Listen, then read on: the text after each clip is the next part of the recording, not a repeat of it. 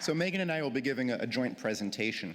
We're going to start with a clip from Lyndon LaRouche from 2013.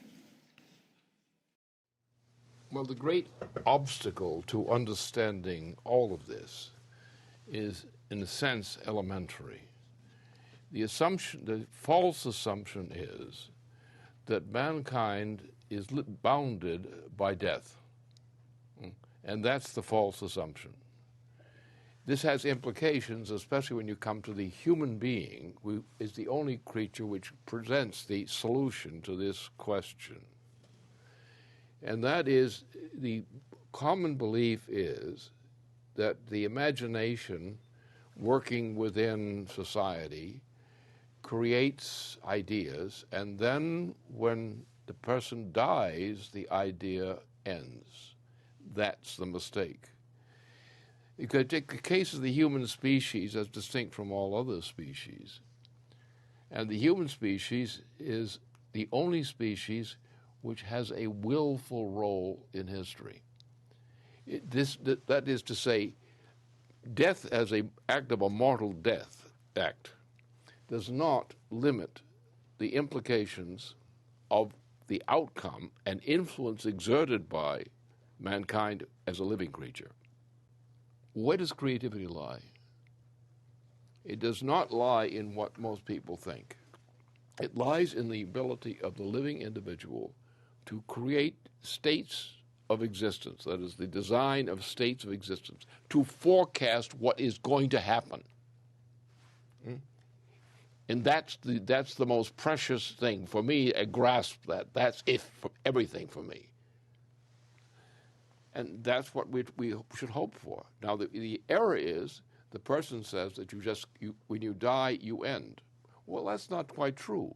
If you are a creative person, you are introducing conceptions which the rest of society did not have. And therefore, you keep doing that. And that's how history is made. I think Lyndon LaRouche continues to make history and embodied what you just heard him state in that clip. LaRouche worked in many fields and was best known professionally and politically as an economist for making a unique discovery in the science of physical economy and of using that to make not only forecasts but proposals, to make policies for the world. He recognized that the measure of economic value is not in money, it's in something that's uniquely human. Are we increasing the potential population density of human beings and changing the quality of those human beings? He showed that an improvement in what he called energy flux density, which is the intensity of energy flow as measured with respect to power production, industrial application, or the economy as a whole, is required to achieve progress. And because of the tremendously higher powers of energy associated with nuclear power compared to chemical power, 1 million times more energy typically in nuclear bonds than in the chemical bonds, he was a tireless proponent for the development of nuclear fusion energy. He directed the founding in 1974 of the Fusion Energy Foundation, whose US magazine Fusion reached a subscriber base of tens of thousands of people before it was shut down through a US bankruptcy process that was later declared illegal. In his work with scientists in fusion, plasma physics, space exploration, and other fields, LaRouche had several topics that he was very adamant on. He believed very firmly that truth does not come from the senses. Induction of past events does not lead to a cause. Creating models of observations is not the path to truth. Causes must be hypothesized and demonstrated. Plato is right in opposition to Aristotle. Kepler's discoveries are a key example. LaRouche knew that the human mind is not mechanical or biological. It will not be understood in terms of mechanism or biology, and any attempts to create an artificial intelligence capable of truly being creative are doomed to fail. Machine learning will create useful industrial applications. These applications are very different from people who think that a computer is going to compose a beautiful symphony or discover a new scientific principle. Leibniz is right on this. Quantum mechanics, or the idea of Euclid, that there is a complete system that is finished. LaRouche said this is anti-scientific. Science is not complete. Science is a method of discovery, of thought. It's not a set of axioms. The authority of science is not what do you know right now, but what are you about to discover? And if education does not focus on how discoveries are made, are students being taught to discover? Are they truly learning science? So the shutdown of Fusion magazine and other LaRouche publications was part of a process that culminated in his conviction and his imprisonment in 1989. After his 1994 parole from prison, which was achieved through an enormous and outstanding effort involving signatures and petitions from hundreds of elected officials, thousands of community, religious, business, and other leaders around the world, LaRouche got out of prison, and after his parole conditions were lifted, he was truly free to recruit a new generation of young people for his ideas. He did this by recruiting people to a process of discovery itself, to form a cadre of competent political leadership among the then rising generation. And as a part of this, he created an educational approach that was far more successful than anything at any typical university, or even an exceptional university. And part of this was through a process that he termed the basement, which Megan and I were a part of. Those are our topics, and for the next section, I'll turn it over to Megan.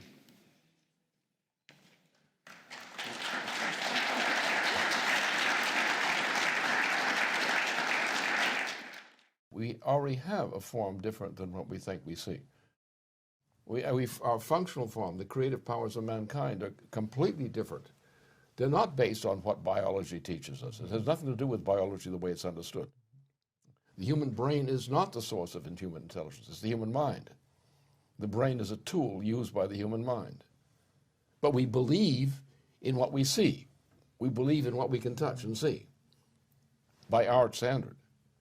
We don't consider the fact that there's a process going on of a much higher order, which is actually the function of the human mind.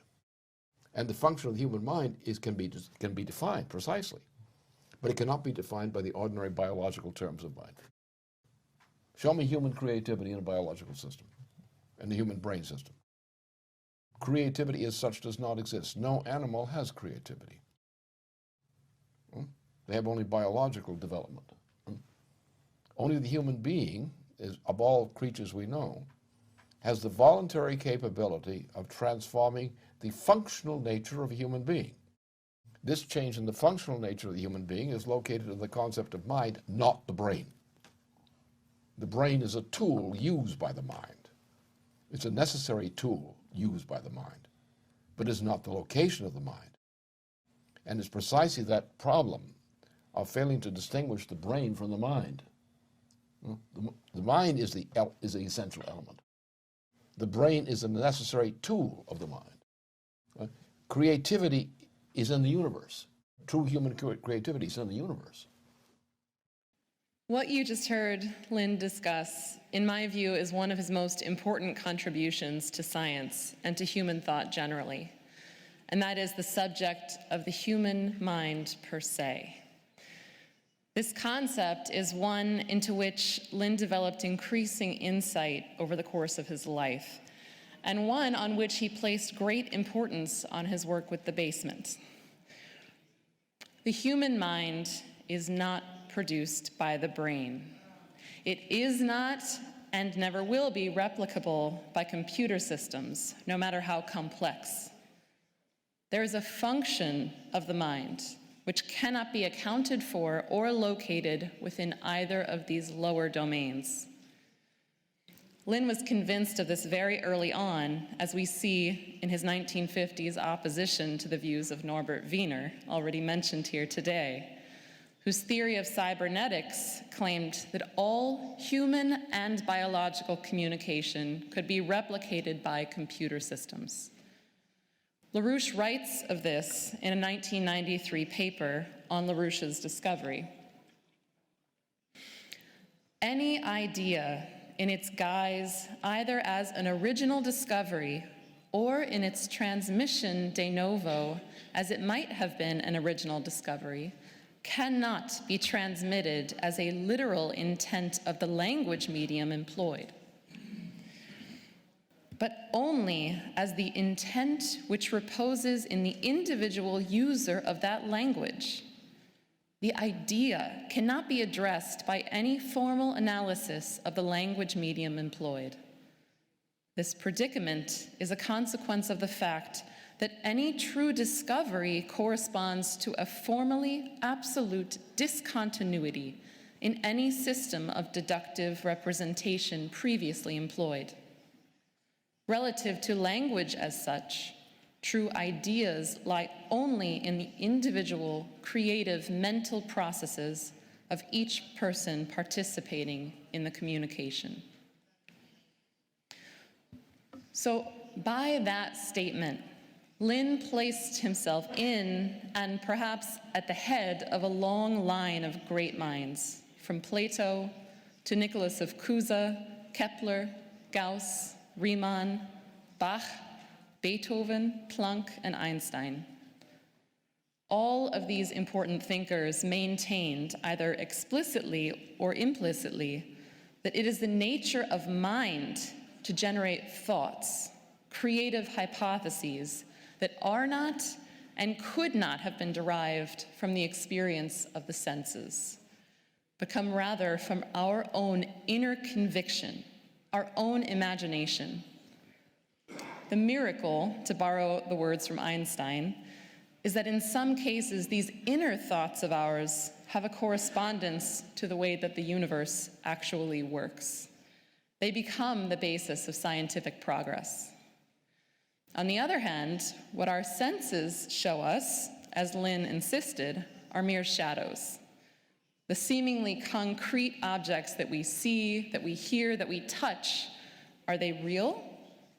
Well, yes, in a sense that our senses are reacting to something real, processes acting on our biology which are really affecting them. But is the object that our brains conjure up in response an image of the principle? Perhaps a different way to ask it is, what is more real? The fact that, or the reason why? So let's examine this a bit. A principle of nature is an object, so to speak, an object which lies beyond what our brains, our senses, have direct access to. It has neither size, nor shape, color, nor mass, and yet it has a power to cast shadows, to shape processes of change throughout the entire universe. So how do we come to see the principle? Lynn's philosophical enemies, Aristotle, Paolo Sarpi, Newton, Descartes, D'Alembert, Laplace, Euler, and Russell, said, you can't. It is meaningless to ask such a question because the human mind is an epiphenomenon of the brain. It is nothing but a blank slate, which over time is written upon by sense impressions. And then all that we can do is use logic, mathematics, to describe the relations among the sense perceptions. And sometimes, if the relations are consistent, we set them down in laws, like the second law of thermodynamics that Lynn had such joy in refuting through his entire life.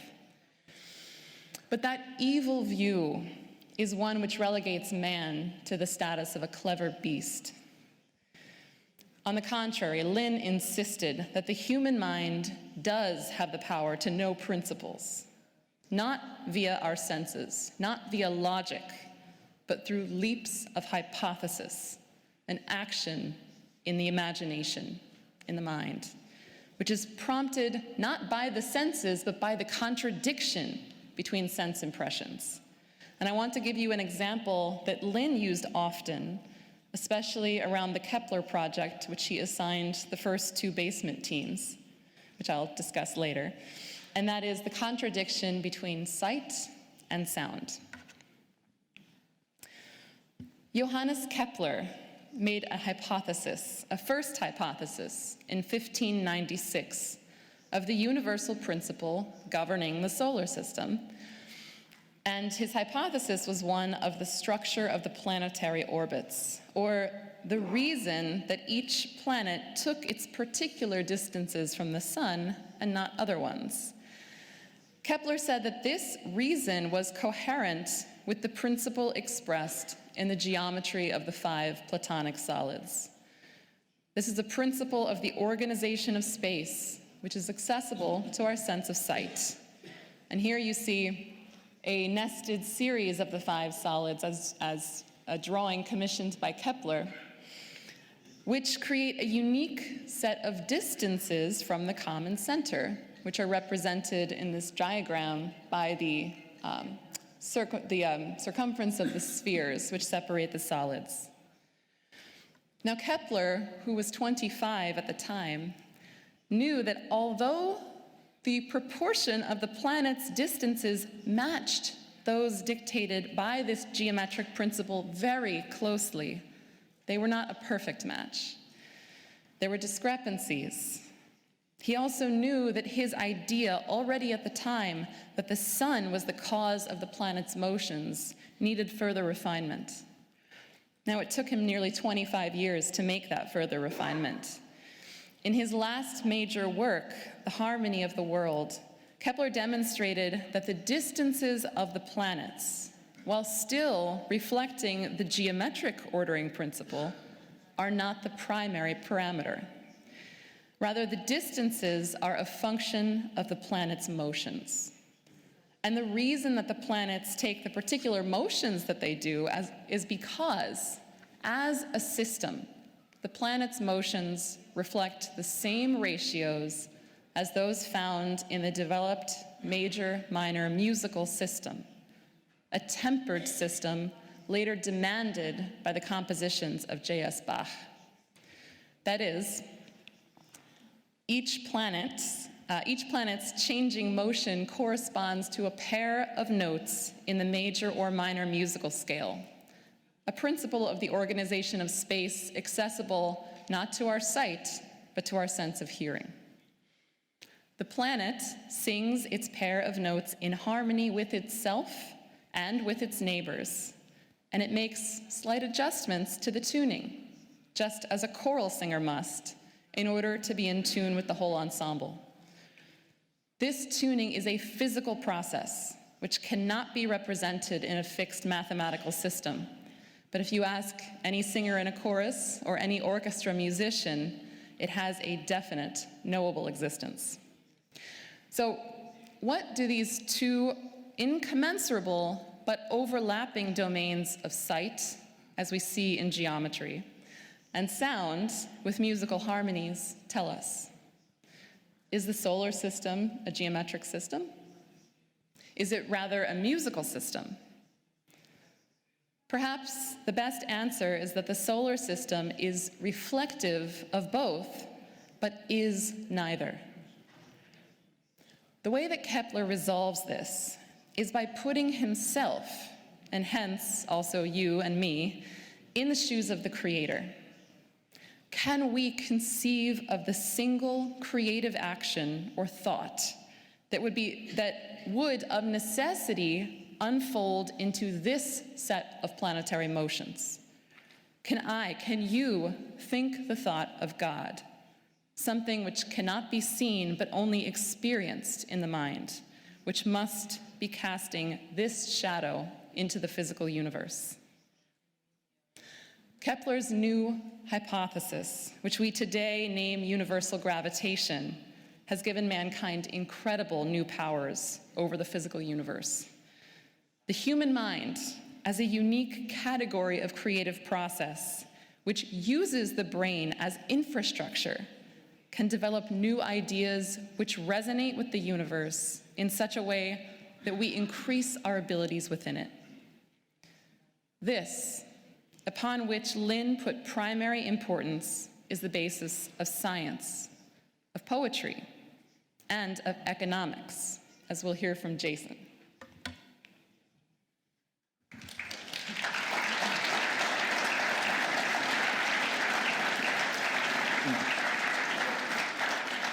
So, economics is tough. When you systematize an economic system, you eliminate the ability to represent growth. But science, being the key to our human ability to change how we live from generation to another, is fundamentally illogical or unrepresentable in a certain way. In the 1993 article that Megan had quoted from, LaRouche describes his central economic discovery and his creation of what he termed the LaRouche-Riemann method. He wrote, the central feature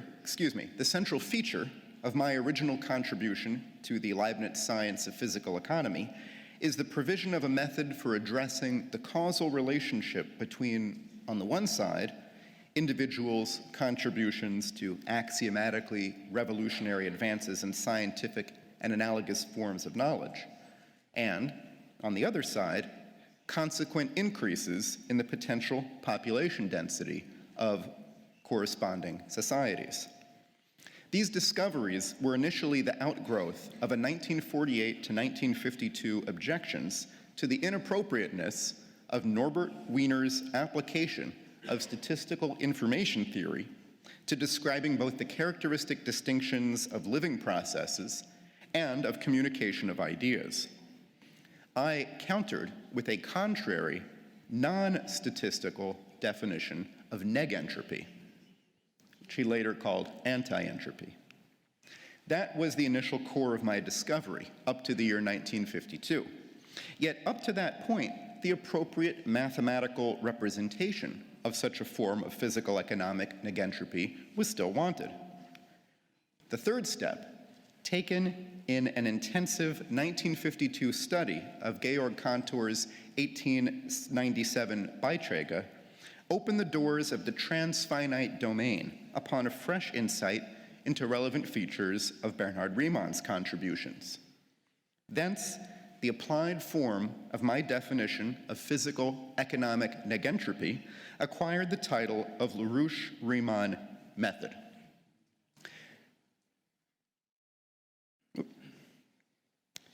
So, we've heard a little bit about Norbert Wiener today. Norbert Wiener was the author of Cybernetics. And what was he so wrong about? And how did that error pave the way to LaRouche's reconceptualization of the economy from the standpoint of the physicist Riemann? Wiener, he thought communication of messages and feedback was the key to understanding and shaping the behavior of mechanical devices, of understanding biology, and of understanding human communication, of human society and human thought. But information cannot convey the creative process or the measurement of economic value. How do you convey information of a concept to somebody in whose mind the concept does not exist? Is the word itself enough? No. Let's consider the nature of an idea that creates a new physical principle. And we'll take a look at this from the standpoint of human population. If we look at human population over historical time, we see something that occurs for no animal. Animals do not change their population this way, and they certainly don't do it on purpose, by changing their relationship to nature. The biosphere overall has a changing relationship. It increases in its energy. It increases in the complexity of organisms over evolutionary time. And we do the same thing over historical time. It is a good thing that we change our relationship to nature. Anybody who thinks that we shouldn't change our relationship to nature is an idiot. We have to get rid of all these characters. All people, Greenies, who say they're scientists, must be expelled from the profession. Yeah. Because they're committing a fraud. Any Greenie who says he's a scientist is, by per se, committing a fraud by his mere existence. Because we know that we have a basis of science that has to include human development. Yeah. So if you've excluded that or said that's an evil thing, then you can't be a scientist. No, you're not. You're a faker. Yeah. If you believe in the green policy, you're a faker as a scientist. Yeah. Anybody who believes in the green policy is a faker if they claim to have scientific capabilities. If they want to say they're stupid, well, say, they're fine. Now you are stupid, that's true. Well, they claim to say they're trying to maintain and continue existence in a universe which they deny has it's all- a principle of continued existence in it. It's all just plain gibberish. Yeah. There's no truth to it. They're idiots. Any professor, you say, oh, you mean you're Professor Idiot? You got a professorship in idiocy. Sorry, Greenies, we are not animals, and we shouldn't try to live like animals. If we do, we're not going to do very well. We develop concepts that go beyond the senses. We hypothesize unseen causes that reveal their truth to us by the fact that we use this knowledge to change our relationship to nature. Or if our idea is wrong, it doesn't help us change our relationship to nature. When we bring about new physical states in this way, we are rewarded for making these discoveries. Let's hear from LaRouche about this creation of discoveries. But then we realize that these senses are not really truthful. They're not dishonest, they're not false, but they're not truthful to the sense that we believe in them.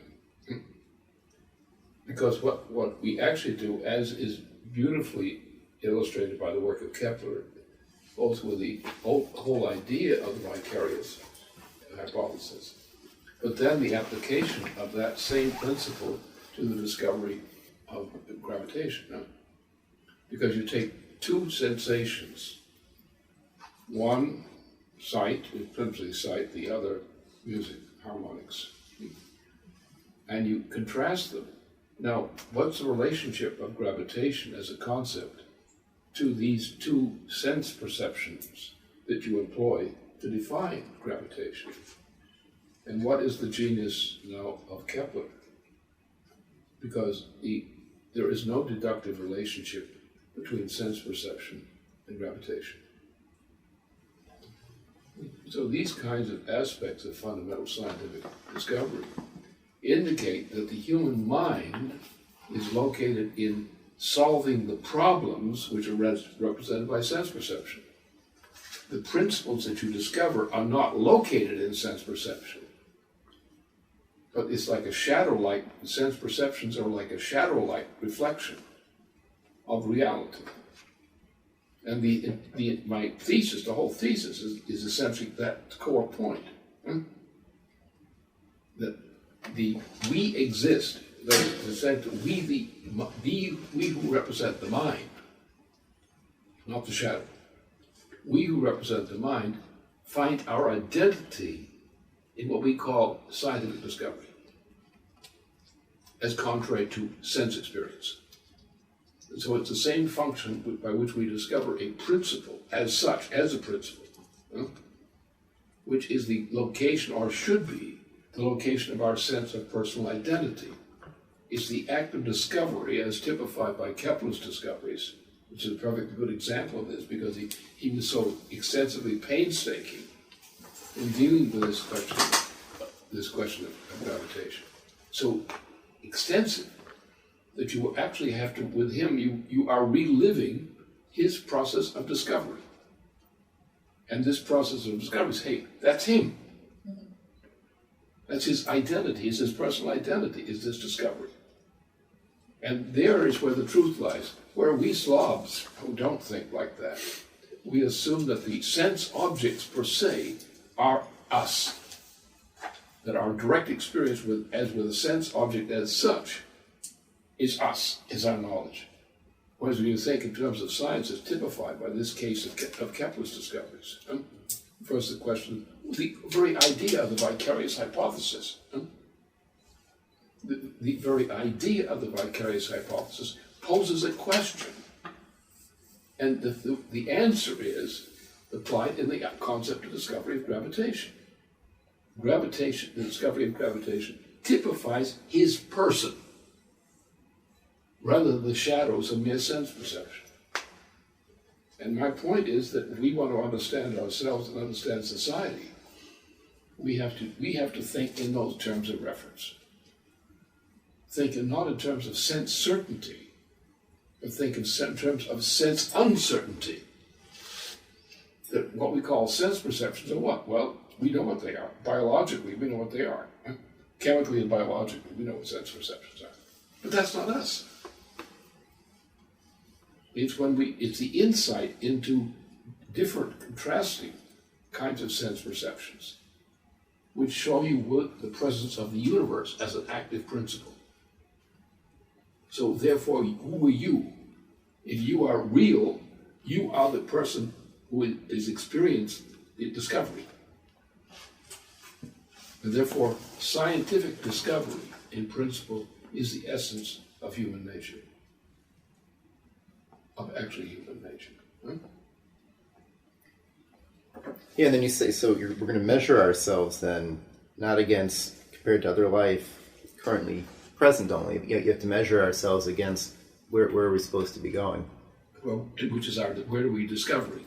What are we discovering? Yeah. In the sense of Kepler's discovery is a good example because, I mean, the extent of his dealing with this aspect of his work is so rich and so elaborate.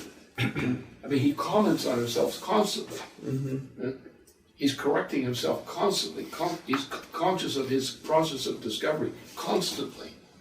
He's locating his personality, his actual existing personality, in this activity of discovery. Not sense perception, but saying, what are these tracks that are being left by this animal? Mm-hmm. Is the process of discovery that is the source of the true sense of human identity. That meaning of creativity is the definition of man as a creative creature. And by people going around measuring things in terms of sense perception and saying sense perception is sense certainty is where the great error occurs. It's how people stupefy themselves. When you take the case of Kepler's discovery of gravitation, then you take all these shitheads who, take Newton or some other crap artist, or that collection of crap artists. Mm-hmm. And you're seeing what the problem is. It's a moral problem, essentially. Mm-hmm. It's a loss of access to a true sense of human identity.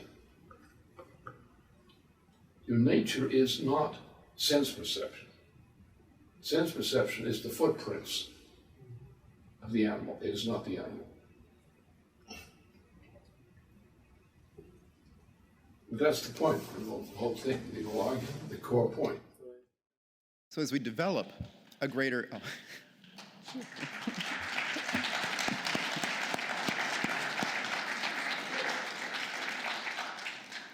So as we do this, as we go beyond the senses, recreating the past discoveries that are our common human heritage, making new ones, as we're doing this, we have to create a new language through the process of metaphor, as described earlier here.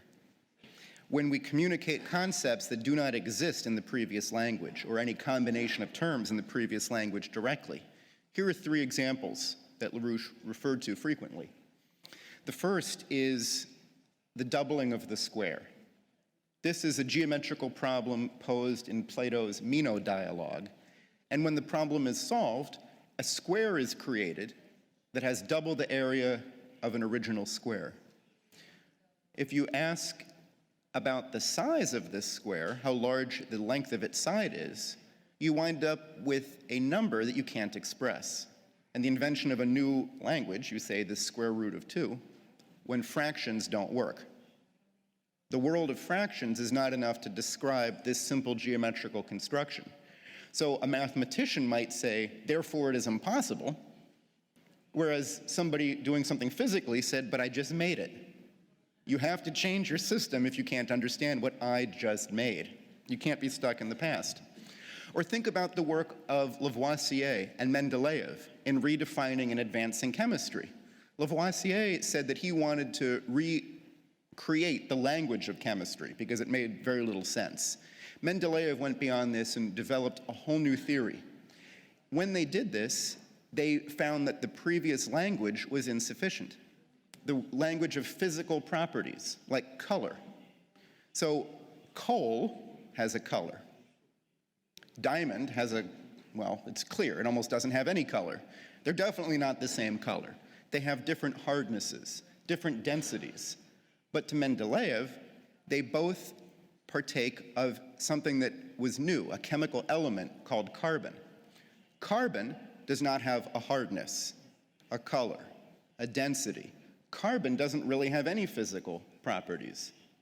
Mendeleev had to develop a new language to describe what he was creating. Or think about the communication of a discovery. If you have an idea that you want to convey to somebody else, there is no shortcut of simply saying your name for the concept. If you want to convey it as an idea, you have to recreate in that person's mind a question that they themselves solve and develop an answer to. If you give answers where there are no questions, maybe the student can pass a test, but did they discover anything?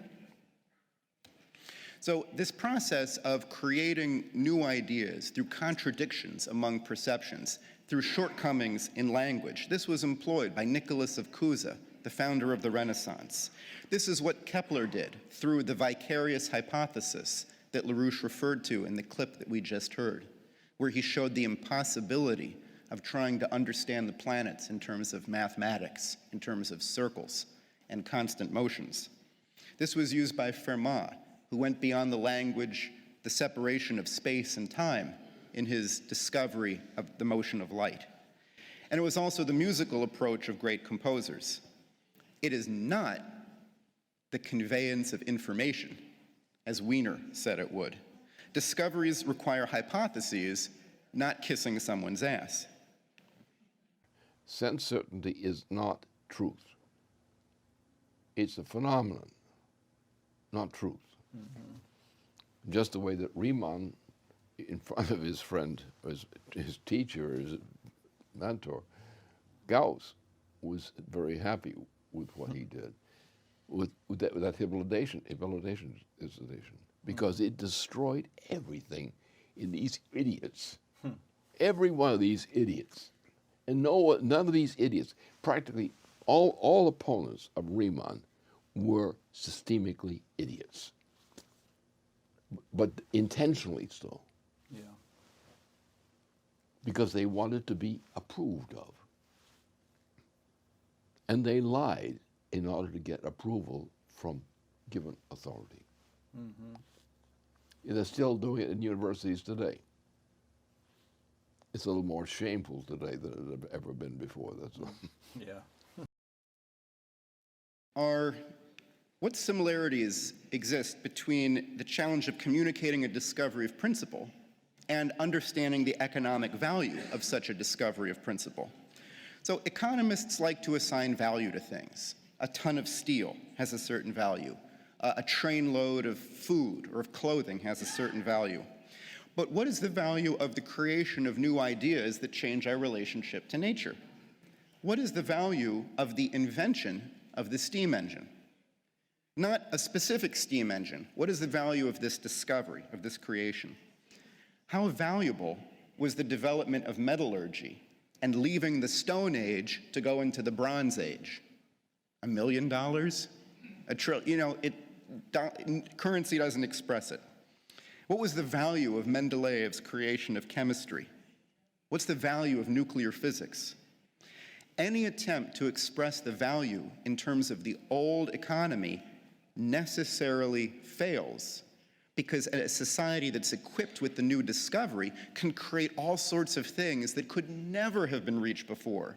Not that were more expensive before, but were impossible before. You could collect all the wood fuel you wanted to, and it would never make a rocket that could take you to the moon. You need something different, not just more. And what this means together is that economic value lies not in things themselves, but in the process of improving our productive powers, in fostering discovery and creativity of the human population. The increasing rate of growth, of potential population density. Yes, more people. That's a way of measuring economic value.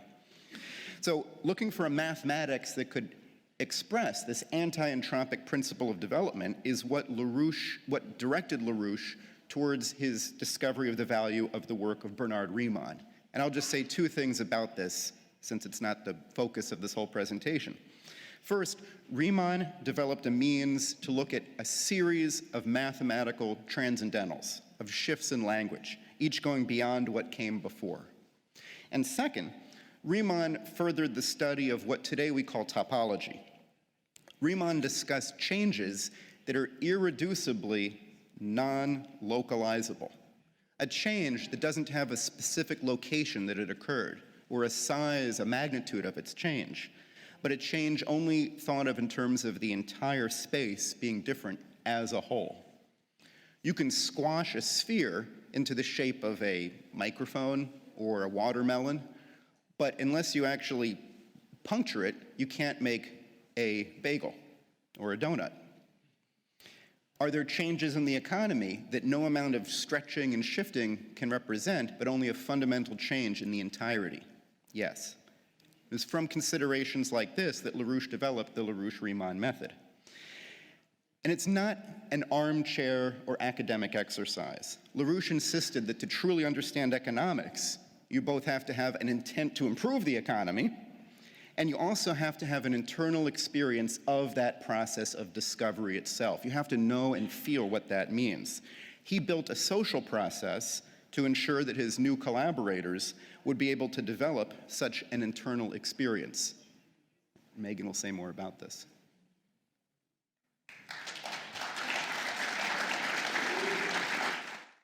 So we're getting into a new generation of a new generation, a new generation of the young adult generation,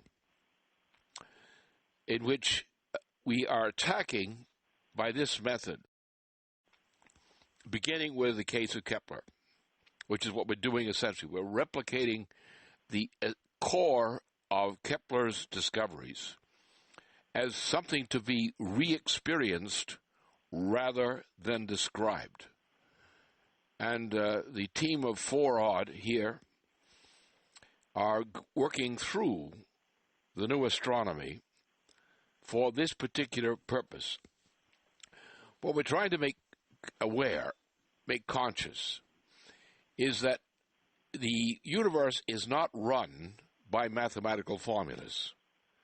A mathematical formulation may be useful, but it's only a crude approximation of the shadow of an actual scientific idea. One of the problems we have in modern reductionist thinking, especially since the 1920s, increasingly, but even more emphatically since the end of World War II, science has been destroyed. Not only but around the world. The people we work with, the people we're in touch with, or their corresponding people we weren't directly in touch with, but indirectly in touch with, in the Fusion Energy Foundation, represented the last competent generation in practical scientific work and conclusions, which we've had so far. The baby boomer generation, which was brainwashed in the theories of Norbert Wiener, John von Neumann, actually all coming from Bertrand Russell, this generation is intrinsically, with a few personal exceptions, is intrinsically incompetent in science. They no longer believe in a scientific principle, a physical principle. They believe in a mathematical formula. And a mathematical formula is never more than a descriptive approximation of the effect of a principle rather than a representation of the principle itself. That is, people believe that you can derive scientific principles by deduction or similar kinds of methods. They do not understand that you can discover a scientific principle only by experimental methods. And experimental methods which show a discontinuity, which show the existence of a principle which is contrary to how you believed the universe worked before then. So that's our problem. So therefore, what we're doing, rather than allowing people to try to learn what they might learn in a university today, including a so-called advanced one, we're telling them to go through the experience of rediscovering the essential foundations on an experimental approach, the foundations of physical science today, modern physical science today, to bypass what is taught as merely mathematics, and to look at mathematics from the standpoint of physical principles rather than trying to misdefine physical principles as mathematical description.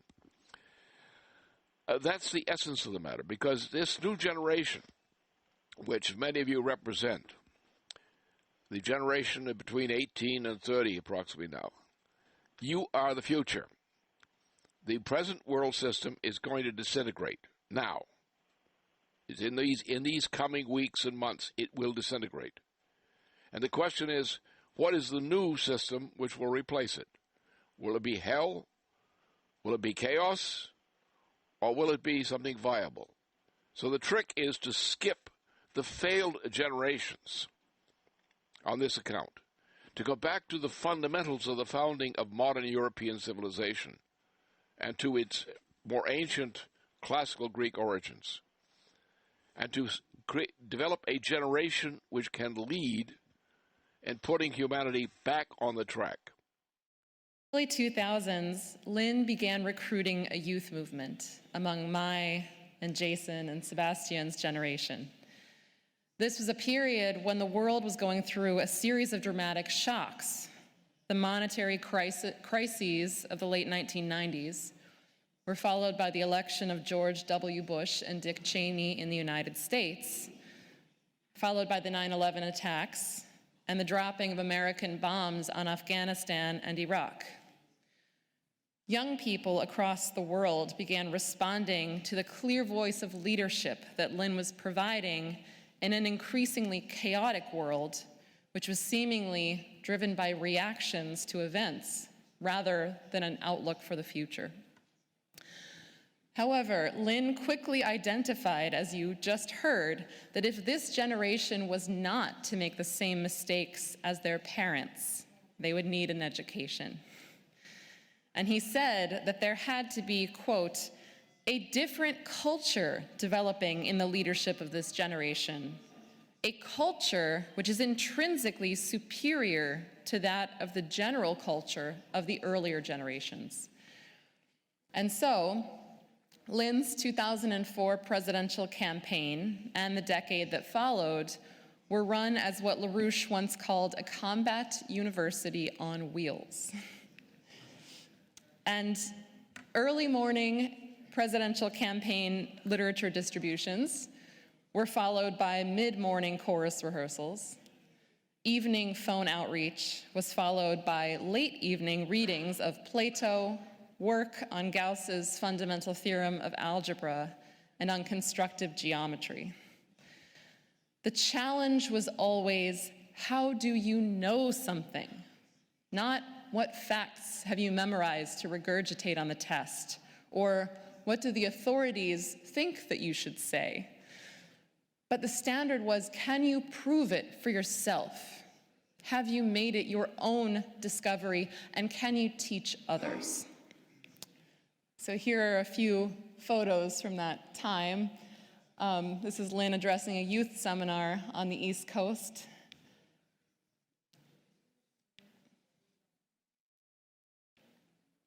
Here we have some of the work in geometry, experiments in electricity, and work of the chorus.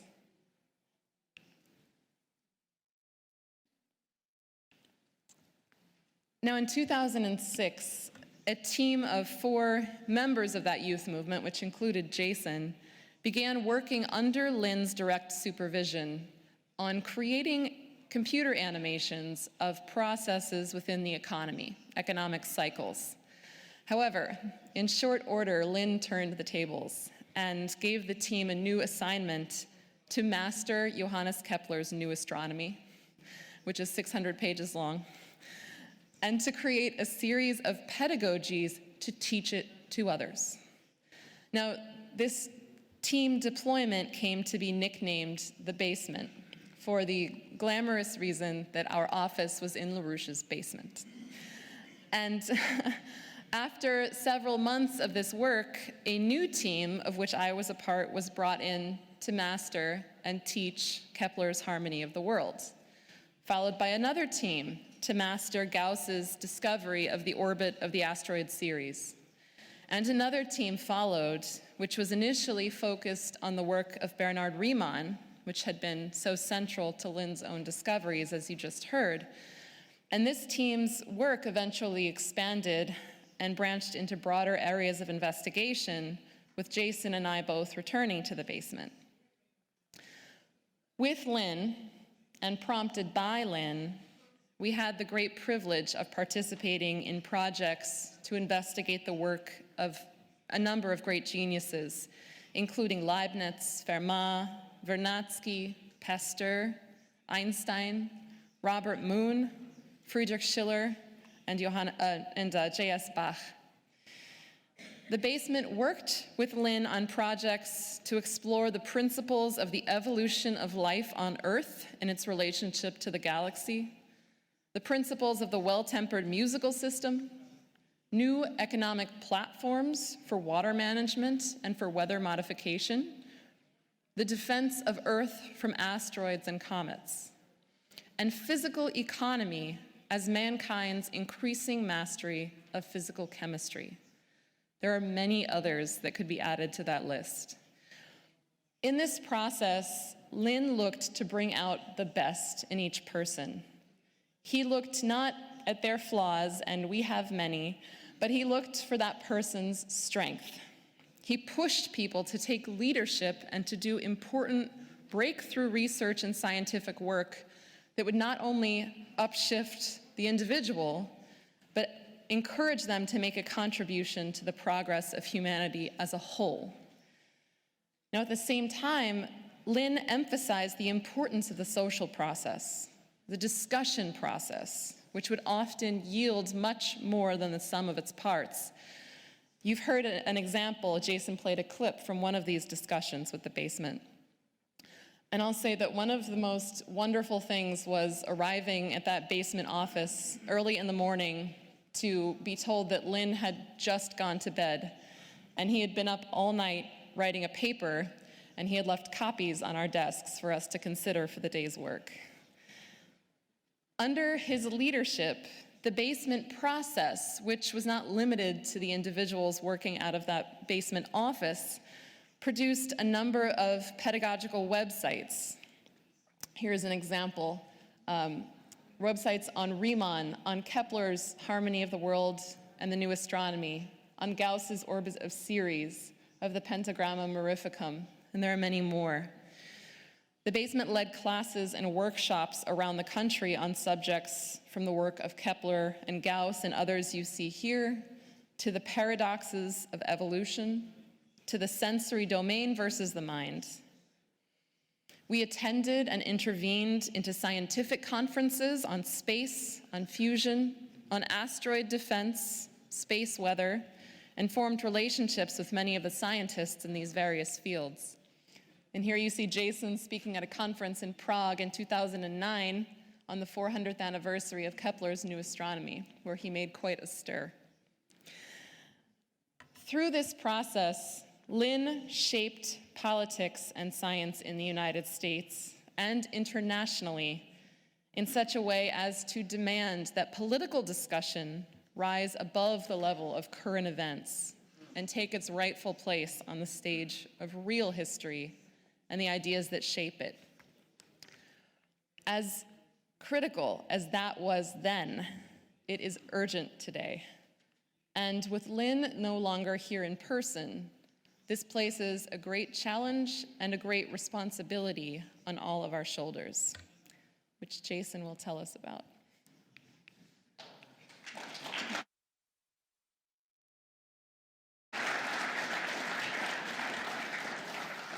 So I'd like to, before talking about this next section, I just want to make a personal note about working with LaRouche on Riemann.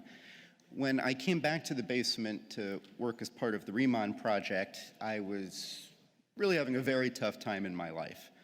And having the opportunity to have personal chats with Lynn, to read through scripts for videos or movies together, to get feedback, to discuss his papers with him, the chance to talk to him in person about how evil Bertrand Russell was, which he loved to talk about, or just talking about life. It was really tremendously important. It was a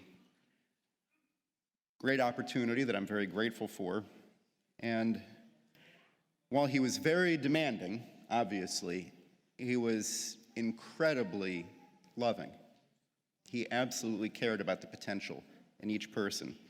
And he could offer unlimited encouragement, including unlimited kicks in the butt,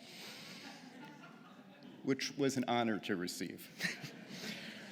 So to talk about the future of this basement process, I want to say that these concepts that were central to LaRouche's view, they're taking on increasing relevance today. They're not old issues that don't matter anymore. As more and more funding is being directed towards artificial intelligence or green technology, the most important fields of science are being left fallow, untended. As Sebastian had shown, with the chart focusing on the bottom graph here, the level of funding for nuclear fusion has been below the level known during the time of the Fusion Energy Foundation to be so low that we would never reach fusion. And indeed, we haven't. It's been deliberately choked of investment. It's been killed. Think about how the word science has become almost meaningless, or in fact means the opposite of what it should, in the way that it's been taken up on climate hysteria, where people are told, instead of discussing actual matters about physics or anything, people are just told the science is settled. Scientists all agree with this. When Kepler proved that the planets move in ellipses, what if everybody told him, no, the science is settled. 97% of astronomers say that everything is a circle. Authority is not truth. Yet that's what we're told today on this global warming stuff. We're being told to commit suicide in order to appease large groups of children, half of whom maybe failed their physics test, who are walking out of school trying to say that they know how to run the world. They're being put in a bad position. Also, fakers or simpletons like Yuval Noah Harari, Richard Dawkins, Sam Harris, Greta Thunberg, Neil deGrasse Tyson, they assault our minds with religious-like ideas about how the mind is nothing but a computer, and that we've proven this with science. Think about economics. The need for an economic shift, which has got great potential through the Belt and Road Initiative, this need has never been greater in Europe, in the United States, around the world. LaRouche's economic breakthrough must become the basis of policy making. As Natalia Vitrenko said earlier today, this should be taught in all the universities, both LaRouche's economic method and his method of education in general. Meanwhile, the beautiful birthright that we all share, this history of discovery, is denied us. It's left out of education. You learn a formula instead of the discovery that led to it. That's not living thought. So how are we going to make things right? We've got to uproot so many of the axioms that exist today. The errors in policy making, they're not temporary, they're not cyclical, they're systemic. There's a system of thought that's wrong. Think about these axioms. Resources are limited.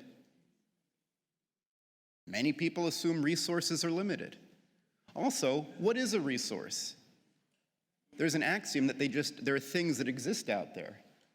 Oil is no resource without the combustion engine.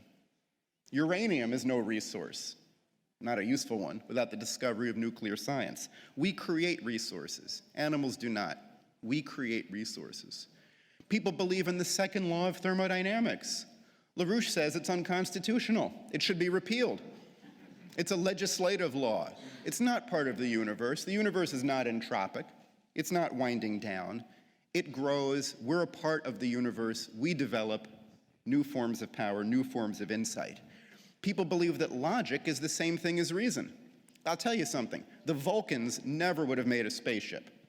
Okay? Spock couldn't have discovered anything because no discovery is logical. Logic is not reason. And then the religion of environmentalism, that any change that we make to nature is probably inherently bad just because we made it. We are awful sinners, and anything we do must be wicked and against the order of nature. Did you use a straw? Shame on you. How dare you? So what we should do is... Right, yeah. So I was gonna say Greta is not the Pope, but unfortunately the Pope seems to agree with her. So we should engage in working throughs of LaRouche's concepts. There's a vast treasure trove of this material that we're, as Helga had mentioned, organizing and pulling together in a systemic way. We should create an educational movement among young people, create an educational system that we can be proud of, that creates geniuses, that creates thought. And of course, we need to implement these policies. We need nuclear fusion. We need to collaborate on space. We need to develop nuclear desalination so that we no longer worry about not having enough water when there's plenty in the oceans. So, we need to organize new things, drawing on the past insights from LaRouche, from Kepler, from this movement, from wherever we find them in all the cultures of the world. And we're going to conclude our presentation with an excerpt from LaRouche from 2007, which I think is still valid today. And it's in that part of our life, in our determination to express that into a future which exists beyond our death. That is the meaning of human life. And the problem that you have in your generation, you are young adults, where an older adult generation has failed existentially. There may be individuals in the older generation who have not failed, but the generation as a whole, especially the white-collar generation, has failed. They failed catastrophically. Your job is, because you are receptive to these ideas of principle, to the notion of the individual as immortal, an immortal personality, despite the death of the mortal body. It is your destiny, your responsibility to guide the changes which must occur in society if society itself is to survive. And therefore, your generation has a unique historical role in the existence of mankind as a whole. And to understand this in yourself and to see your identities as so situated is my mission for you. Thank you.